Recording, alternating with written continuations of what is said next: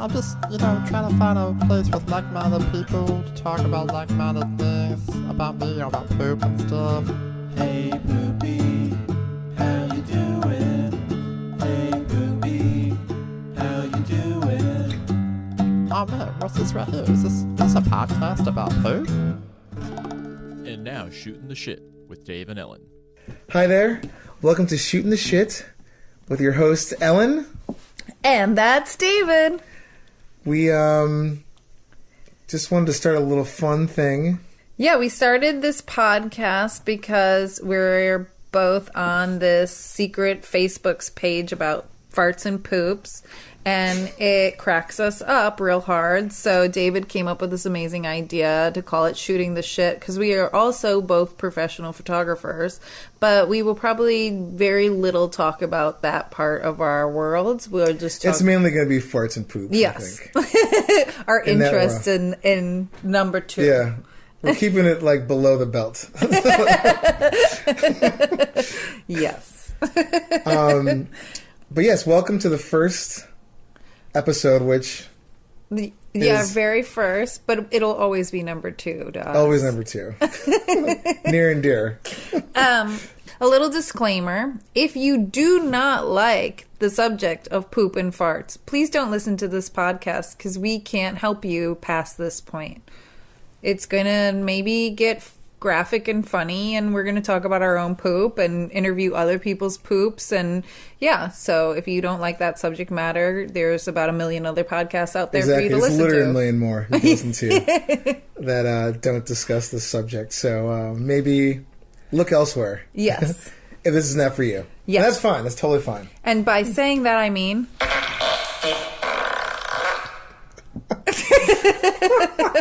Yes, I have one of those fart apps, so there will be sound effects. Super high tech over here. We want to start episode number 1 with our origin stories, but I think we should also every week do a little check-in. And it just so happens our very first episode we're recording the day after Thanksgiving. And as most of you know, after a huge meal like that, you then have to make a huge shit. Oh, yeah. After all the overeating. It's just everything's just completely backed up and, yeah. And you hope it comes out successfully. Yeah. I had a pretty giant dump today. You did? Yeah. I mean, we might as well dive right into this. Yeah. For those of you that stuck with this. Yeah, it was pretty massive, actually. So, was it when you first woke up in the morning? Yeah. You can get as descriptive as you want. No, I know this is the first episode, so... Where we're kind of easing into, how... how intense our subject matter No, I mean, we slept in a little bit today, and I did that thing where I was just so sleepy and comfy that I didn't want to get out of bed, although I had to pee, and then... I was like, let me just do this and get my day started. And, yeah, it was pretty intense. Definitely, it had all the elements. It checked all the marks. Well, talking about marks, we have discovered the Bristol stool chart, and for everybody out there, you should Google it, and we will eventually have an Instagram page, and we will go back to this. But the Bristol stool chart shows you type 1 through type 7 of your poop, and a lot of doctors will show this to you if you're constipated or you have diarrhea. And surprisingly, type 4 right down the middle is the best of your kinds of poops. So if you were to describe your post-Thanksgiving poop this morning, which type would you be? Well, for those of you listening to the podcast, this is a visual element here. I'm going to say mine was more of a type 3. And again, if you're listening at home, type 3 is it's a big one. It's almost cigar-shaped. Well, type 4 is the best, which is smooth and sausage-like, and it looks like you've been drinking a lot of water. Where type 3 is a little bit cracked and dried out, but it's not full on, you had to push too hard. Oh no, this was an easy. This just slid out That's the best kind. Yeah, no, it was great, but it was definitely it wasn't perfection. It wasn't a type 4. Yeah, I always say it wasn't a Picasso. Well, Picasso would be kind of a sloppy. Well, yeah, type that would 6. be this all squares and. See type 6. Oh, I meant in execution, I suppose. Yeah. More like a Da Vinci. Exactly, a Da Vinci. Mine was not Da Vinci. Well, I also have a theme of I like my poops when it's no push, no wipe. Meaning, like, it comes out so easy you didn't even have to push. And when you go to wipe, there's nothing there because it's the cleanest. I don't know what kind of... That is like an amazing magical butthole because I don't think I have ever had that where I'm like, nah, I don't need to wipe. It's always been... I always do wipe. Right. But when I wipe and there's nothing there, I'm like... Yeah, that's never happened to me. That's beautiful. That's like... that's magic. That's like an animal poop. That is just like something that's to me that's I don't know, I've never heard. It's like a unicorn. Like I've never experienced anything like that. So you were probably more of a type 3 with little remnants. Back to the Bristol stool chart. Yes, I was more of a 3. And you had and you have the tushy, so you obviously use that. Oh, I can't live without it. And if for you guys who don't know what the tushy is out there, David, explain. A tushy is a cheaper version of a bidet, basically. It's a sort of like add-on attachment to your toilet. So you have, it just basically shoots water up your butt. It's like all those Japanese toilets. Yes, it's like a. But you can install it to any exactly. toilet. It's like a DIY bidet. It turns any toilet into a bidet, which is brilliant. So it's and like I a dual. Still need to get one. It's fantastic. We actually I do the old school bidet of baby wipes. Baby wipes. Baby wipes are great, but we've since gotten rid of our baby wipes. You have elevated. Yeah, we're on another level of toilet life. Well, I'm jealous, and I need to invest. Yeah, so the tushy, everything was great. It went fine, but it was post Thanksgiving poops, which I'm sure a lot of you out there will know what I'm talking about. Yeah. But it was pretty heavy. So my Thanksgiving poopage actually. So yesterday I did make a nice number 4 on the Bristol before the meal, and then ate a butt ton of food, literally butt ton of food. But I was hoping I'd make another poop before I went to bed because that's been like a theme I've been doing the past like month. As I've been doing my midnight poopy, like I call it the good night poopy. And it's like my nightcap before going to bed. But I didn't do that last night. Instead, I woke up this morning because I was going to go to a spin class, which... Oh my God, that sounds like you have to evacuate before. Oh, that. Yes. I had from the very beginning of taking spin classes 2.5 years ago, I almost shit the bike on numerous occasions. I had to get used to it. Which is another story I'll tell you guys about. Like, what is that smell? I'll tell you that story in the future. But this morning I had my coffee, and halfway through the coffee ran to the bathroom, made a type 4 Bristol stool chart, and it was literally 10 inches long, came out super easy, no push, barely a wipe. And then I ran off to spin class. And then after spin class, I met up with a friend for lunch. And I went to do some infrared sauna because, as you guys will learn, I have Lyme disease. And I was diagnosed 4 months ago. And a lot of my poop stuff have changed because of it. Just kind of to the good, but I'll talk about that also later. But so right before the infrared sauna, my appointment, I was there about 20 minutes early. I was like, I have to use their bathroom because my Thanksgiving meal is finally relieving itself from my body. It wants out. It wanted out in a very vicious way. But it wasn't like a type 6 or 7 on this Bristol stool chart. It was still a type 4. It was just a whole lot of type 4. If, again, at home, because this is visual, a type 6 it looks like... Diarrhea. It's type 7 is butt pee-pee, though. Yeah. It's just, completely, like, you just... Yeah. It's like a faucet. Type 6 is diarrhea where there's still chunks in it, where type 7 is just peeing out your butthole. So, but I was still type 4, but it was like Lincoln Logs. Like, it wasn't one long 10-incher. It was a pile of them. But it was so bad that there was moments where I'm like, it's basically a gym where I do this infrared sauna, and it's their only toilet, and I'm literally like going, oh my God, and like shaking because I'm getting the sweats because it wants to evacuate my body so quickly, and I'm like, oh my God, and I can't believe I'm doing this, like, quote unquote in public, not at home. And so I was like, oh my God. And then, of course, the guy knocks on the door. Are you okay in there? And like, I'm "No." like, it's the day after Thanksgiving. What do you think I'm fucking doing in here? So I actually went again in the same sitting, and I probably could have gone like a third time, but with his knocking on the door, I had to like, in so many words, pinch it off. And Yeah, get it's going amazing with the like day. what that kind of pressure will do to you. Suck it right It'll back just in. sort of like, I guess we're done with this. We'll pick this up later. But as I posted on our private Poops and Farts page, that the first time I went to infrared sauna, it's supposed to get rid of all your toxins. As soon as I was done with it, I had to run to the toilet. The toxins needed to relieve itself. That only happened the one time that I did it, and I've done it 5 times since. Okay. But I One was and like, done. if this is a thing, then I'll know, like, I'll tell everybody, if you're constipated, go do an infrared sauna. Obviously, that'll get it moving. Oh my God. Maybe I should check that out. Yeah. That sounds interesting, though. It is. It's weird because it's like any other sauna where it's really, really, really hot, but it's not steamy hot. So you're just sitting there and you're like, yeah, I'm going to start sweating like it's nobody's business. Oh, I'm already sweating thinking about this. I'm a sweater. But, So that was our Thanksgiving poop check-in for the first podcast, which every episode we're going to check in.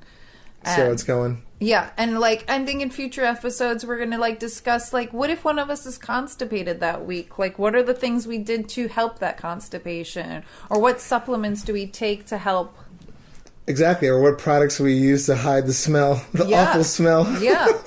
And we will, at the end of the podcast, give you an email address. And if you have suggestions of products that you would like us to talk about or use or review, we are totally into that. But, yeah.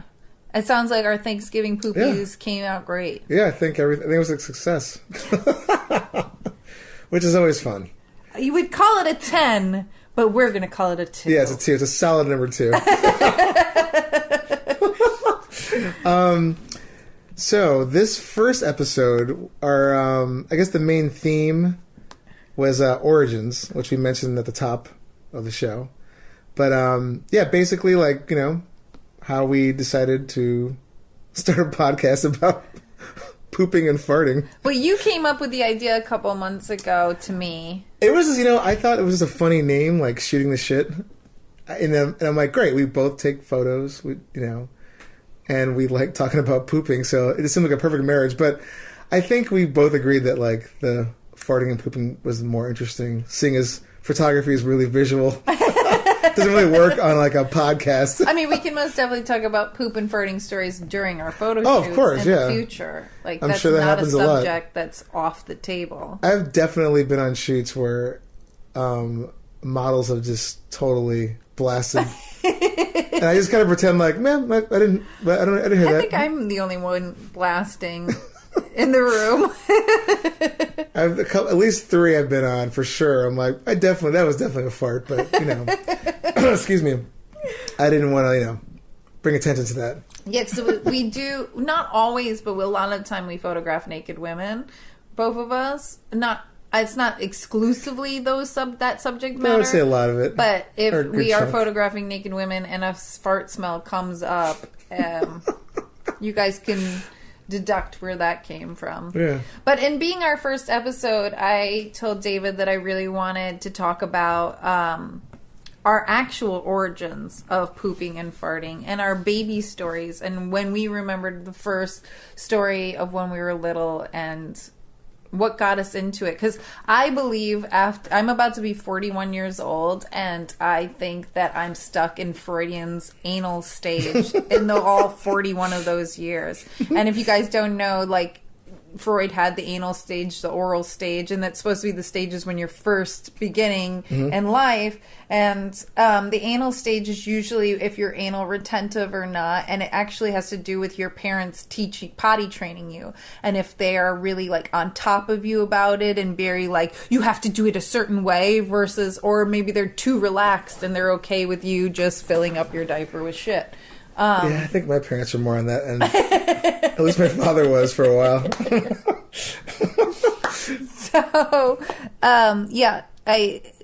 we maybe have a psychologist on a later episode, and we can ask them more about the anal stage. That would be so fascinating, by the way. Yeah. Which, like, I hope this podcast does a lot of interviewing of professionals. Like, I was thinking about it. I would even Katie Couric this. Like, a future episode, like, let's do a colonoscopy, and, like, I'll talk about it all on the podcast. I'd be totally interested. Yeah, I like that idea. Yeah. Okay. But, so, David, tell us your origin story of your first poopy memories. The one I can remember when I was talking to Ellen about this was, it was actually a memory via my father. He had mentioned that, this would have been in the mid to late 70s. I'm that old, yes. But he had taken me to see King Kong. Or actually, correction. He wanted to go see King Kong. And he just happened to have to bring me with him. So we're both in this movie theater somewhere in New York City. And apparently, halfway through the film, I decided to shout out that I have to make doo-doo. Very loudly. To the whole theater. To the whole theater, to which they all thought that was the funniest shit ever. Literally. Yeah, literally. Now, the part I don't remember is if I heard just shit my pants or if he just took me to the bathroom, which I'm sure he was annoyed a little bit that he had to leave the film to go, take my ass to the bathroom. But either way, if you did shit your pants, he would end up in the bathroom. Oh, yeah. I mean, I'm pretty sure I kept it together until he took me to the bathroom. But that's the earliest memory, which is hilarious, by the way, that King Kong is not that scary of a movie for a 5-year-old or a 4-year-old. That's kind of terrifying. Oh, my parents used to bring me to Indiana Jones and stuff like that, which Indiana Jones I think is PG-13, but for a 4-year-old that shit was terrible. Yeah, I mean it's looking back. The 70s and 80s. Yeah, I mean looking back, I don't think it affected me in any way, but I just thought it was just hearing the story again from him. I thought that was the funniest thing. I'm like, wait, we were at King Kong how old was I again? But anyway, that monkey takes big shits. Yeah, I need to take a big shit. Yeah, I was like, there's something moving inside where I'm like, you know what? Or it literally scared the shit out of you. Yeah, I think it was more the latter of that. Yeah, but either way, and I remember even asking him, was I, scared, nervous? He's like, no, you seem happy. You just had to go to the bathroom real bad. And then, I did my thing. We came back and watched the rest of the film, and I was probably happy because I got to eat popcorn. Oh. I think maybe that's why I was really excited because I was eating popcorn and candy. Well, popcorn can be very fibrous, so that in itself can make you poop. Yeah. I mean, look at every time you eat corn, you ate corn the next day. Oh, definitely. You're taking in your poop. It's in there. Yeah. It's like a reverse corn in the cob. But, that's my earliest memory or origin of pooping. A poop story. I have a couple origin memories that I was telling David about, that when I was tiny baby, my parents said, this is obviously from their memory, not mine, but my parents said that I was the fartiest child ever because they would think that I filled up my diaper and went to change it and nothing would be there because the stink would be so bad. But this was literally drinking from the boob only. So obviously I was lactose intolerant on tit milk. Oh yeah, there was some issue there. Yeah. And I think my mom's tit milk was a little laced with booze anyway, so you she's Irish. Alcohol. Nice. So I had White Russians for tit milk. And that actually sounds delicious. But then to also talk about a baby with some stinky diapers, I was telling David that my grandma, she actually had these amazing real long nails, not press-ons or fake. Yeah, not fake acrylic kind of stuff. She actually had gorgeous long real nails. And my mom said that when she would babysit me, to find out if I had a dirty diaper, she would stick her finger down my diaper and scoop out. Oh. Oh my God. My mom would be like, what the hell? You can just smell it. You don't have to scoop it out. She's I need to inspect this. Grandma's nail would be full of duty. Oh. And she'd be like, oh, the baby's got to change your diaper. Oh my God. Like instead of a coke nail, it's like a shit nail. Oh my god, that is horrific. That's so funny though, by the way. But that's nasty. So that happened.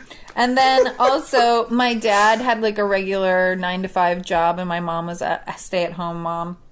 And my mom told me that I'd be in the bassinet as a baby and my dad would come home from work and my mom would be like, you need to pay attention to your daughter. And he'd come up to my bassinet and fart in my face. So if any of you are wondering why this woman is talking about this subject matter, it might be because I've equated farts with love since the beginning of time. Yeah, I mean, plus they're funny.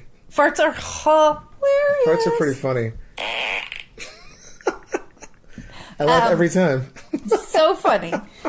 And then, because my dad used to fart in my face, my dad actually said there was a lot of times where I would sleep in my parents' bed because I was terrified of everything. My dad said there was one night where he woke up to me pulling down my pajama bottoms so I could fart in his face. Oh my god. And I was probably like 2 or 3. Your dad sounds like hilarious, by the way. Oh, he is hilarious. If we could record him for the podcast in a future God. episode, it would be really good because he thinks I played him this fart app before and he thinks it's the funniest thing in the world. Oh my god, that's hilarious. So yes, I farted in my own father's face. And then my last poopy memory that I actually remember, because all those memories that I just told you were hearsay of my parents seeing my grandma do this, but when I was like old enough and potty trained, I remember pooping in the toilet, and when it was done, my mom had to wipe me because I refused to wipe myself. I could wipe my own pee, but I refused to wipe my own. Such a diva. You like, take care of this, mother. I was like, Mommy! Poopy! But, so Excuse me. I would flush the toilet, and while the poops were like floating down in the spiral, I would wave goodbye to them and go, bye-bye poopies, bye-bye poopies. And I was positive that they lived in the toilet tank and that was their house. Like, I didn't realize like they like went down into the sewer system. I thought they lived, They just lived in the back of the toilet? Which would not be good, because everybody knows the back of the toilet is fresh water. Oh, yeah. But I love that you thought you went there, that like that's like their home. Yeah, I was like, that's their home. They just all, That's the poopy home. They all have like houses and like garages. Oh my god, that's great. Yeah. I love that. Actually, I just remembered one. Oh, yes. Well, I told you earlier, but my grandmother told me this story. Again, like I don't remember this, but she, No, it can be hearsay. This is like hearsay, secondhand. We started out coming out of the womb, sucking on a boobie and making poop. Like, this is true. I'm not gonna remember that. It's real origins. My memory is awful as well too. So, but she did tell me this story. Myself, along with like 3 of my cousins, were all over my grandmother's place, hanging out, eating raviolis, and like the giant pig that I am, I was like, "Oh, I'll finish, everybody's raviolis that don't want them." I proceeded to eat the remaining leftover raviolis my cousins couldn't finish. And then within like 30 minutes, my grandmother said that I came up to her. I was just like, Grandma, my stomach hurts so bad. I think I have to go to the bathroom. Where I was in the bathroom. This part I don't remember at all. She was like, you were in the bathroom for a little while. And then when I came out, I felt like I was like a new person skipping like into the kitchen asking for cookies. I made room. I made room. I guess I did. But I made like a ridiculous amount of raviolis. And the first thought was, I need more cookies. I want a cookie. And not just one. I'm sure I wanted like at least 4. So, but yeah. That gets a nice fart sound. Thank you. Good story. Thank you. This isn't necessarily an origin story, but it reminds me of your story. My brother has a 3-year-old, so I have a nephew. And my brother said that my nephew was walking around the house going, my tummy hurts, my tummy hurts. And the next thing my brother looks down and he goes, he wasn't wearing brown pants before, was he? Oh. And they had to cut him out of his clothes. Oh, God, like an EMT worker? Oh my god, just imagine your brother doing that with like those crazy like lab gloves, like those arm length rubber gloves, like that meth cookers use.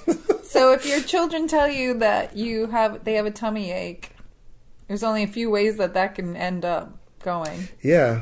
Up or down. Up or down. Oof. Brown pants. He wasn't wearing He turned his pants brown. Yeah. Oh, my God. But my brother said he was wearing a diaper and it like came up the back. Oh. And down the side. Dear Lord. Like a fountain. Speaking of kids shitting on things, and this is totally not related to any kind of origin, but this reminded me of, this is more visual, but there's a photograph that I saw on someone's Instagram feed. It was, God, I forgot who the person was, but they're like basically a brand new father. And they had posted a photo of a guy at the beach with his son. Like, son was like, it's like a baby, but like, naked on his back, like, like on his shoulders. Like, he's having a great family day. And the caption was like, this is where my life's headed. And the picture was the guy, again, had his baby up on his shoulders. And there was like this humongous shit like stream going on this guy's back. The kid had just shit down his entire back, and this parent had no idea. It was horrific. It was like one of the grossest things. I mean, it was hilarious, but definitely one of the grossest things I've ever seen in my life. But maybe that's why we're doing this podcast, because everybody poops, and we're okay with talking about it. Yeah, I mean, that's one of those things. Everybody has a butt hole. Yeah. And if you're gonna eat food, it's got to come out. Yeah, it's got to come out somewhere. Yeah. But we're just hoping it's a healthy. Yeah. And it's just funny. I mean, I always crack up about these kind of stories. So it is hilarious. Everybody's got one. Yeah. Oh, yeah, they do. For sure. So to end the show, you guys, we decided to talk about something that was like a This Week in Poop. And it doesn't necessarily have to be like breaking news of what's in, but like something that happened on TV or the news, or something that is not relating to our personal poop stories or guests that we have, but something that's been a public poop, so to speak. I mean, I figure if it's this story was, I think it was in the Washington Post. Yeah, I've seen it everywhere. Yeah, so that's, I mean, I think like anything that's that level of news work, it should definitely be, we should feature. I mean, most of you listening to this podcast may have already heard this story, but we want to just talk about it because I just learned of it today when I was out to lunch with my friend before my infrared sauna, and then I text David, and David was like, "Oh yeah, we have to talk about this on the podcast. It is way too good." And I had read about, or I saw the headline on the Washington Post website, but I just didn't get a chance to go around to like actually look at it. But when you reminded me of it, I'm like, yes, this is hilarious. And it's like called Fartgate, right? Fartgate. Google Fartgate at home. For those of you listening at home, Google Fartgate, and you'll see the whole video attached to it. It's ridiculous. It's almost like, it's so funny that it's like this mixed in, like with everything that's going on in the world, that this somehow made it to a front page of a national newspaper. It just cracks me up. But again, I should probably fact check some of this stuff, but whatever. We're just kind of rolling with it. There was a big dart competition, a Grand Slam of darts match between a Scotsman named Gary Anderson and a Danish fellow named Wesley Harms. I can't believe I said fellow. Fellow. So basically, it's like this giant, World Series of darts. I don't know anything about darts other than the few times I played in a bar here and there, but apparently, I didn't know there was like world champions. Yeah, these people are like, it's like a big deal. But apparently, the guy from Denmark, Wesley Harms, had been farting so badly that the other person from Scotland, Gary Anderson, was claiming this guy was doing it on purpose to try to throw off his his game.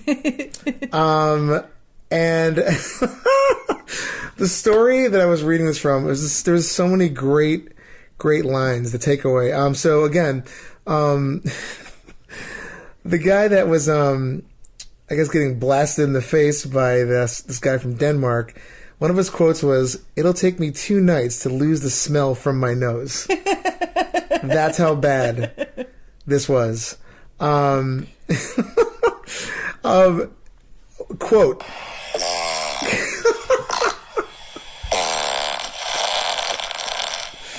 Was it that bad? It was to quote Mr. Anderson, It definitely came from the table side, and it was eggs, rotten eggs, but not from me. Every time I walked past there was a waft of rotten eggs, so that's why I was thinking it was him. It definitely wasn't me. I mean, like... Well, I heard there's a breaking news in this story that it was neither of these guys. It was a security guard. Oh my God, really? Yeah, that's what Sapphire told me. I don't have this in my notes, but that's even There's funnier. There's a new update that it was a third person. That is horrific. Sabotaging the farts. Well... the darts and the farts. Regardless of who done it, who smelt it, dealt it kind of thing, the fact that it smelled that badly that they had to, like... This was brought up in an interview. And by the way, for those of you that were curious... Denmark's Wesley Harms had won the match 10-2 to move on to the quarterfinals. Oh, I'm sorry. I got that wrong.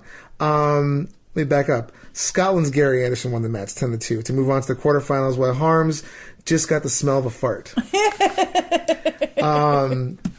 So... Yeah, I might be wrong with the security guard because a friend of mine told me about this story before we met up to record this podcast, and while she was looking up Fartgate, she was like, "Oh my God, there's breaking news in this story."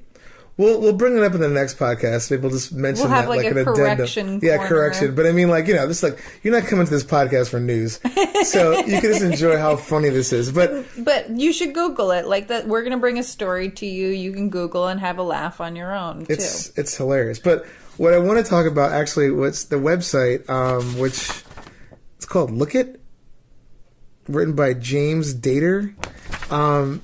He had written, and this is hilarious. He was giving out suggestions of critical moves that darts need to do. I guess it meant darts as in like the dart league. I don't know what that's called. But in order to protect players' noses from the future. 1, install infrared cameras and advanced fart tracking.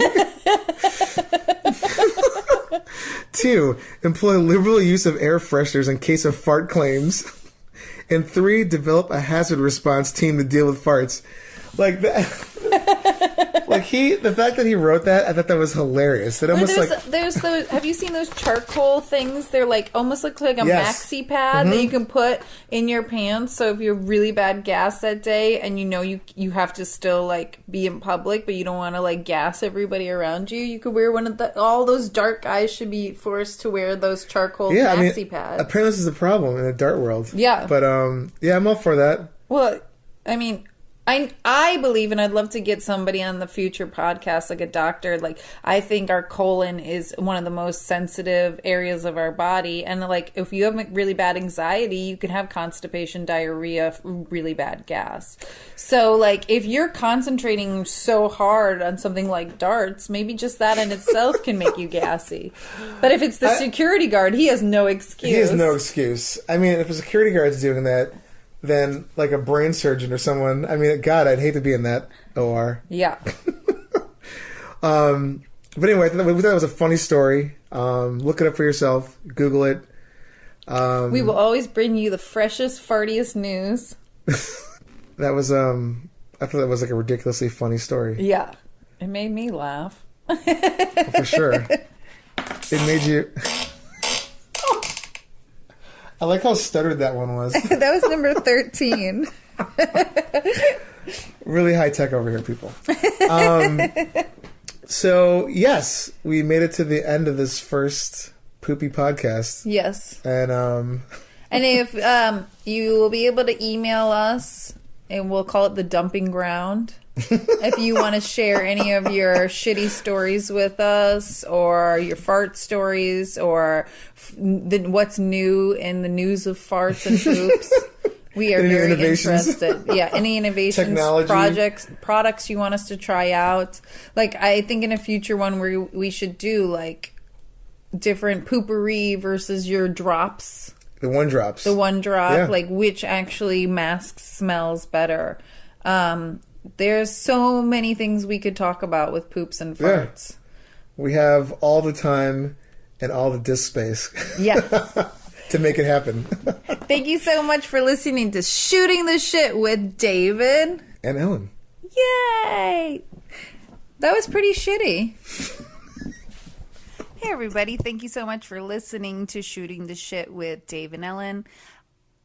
Please rate and review us. That helps a lot. Also, you can email us to our dumping ground at stspod2@gmail. That's STS as in shooting the shit pod and 2, the number 2. If you have any stories, products you want us to review, anything you think that could help us with our podcast. Also, follow us on Instagram. We are at STS Podcast 2 on Instagram. Shooting the Shit Podcast, the number 2.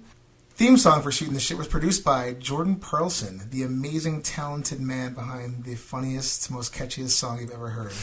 I love it. Hey Poopy, how you doing? Hey Poopy, how you doing? I'm just, trying to find a place with like-minded people to talk about like-minded things about me, about poop and stuff. Hey Poopy, how you doing? Hey Poopy, how you doing? Oh man, what's this right here? Is this a podcast about poop?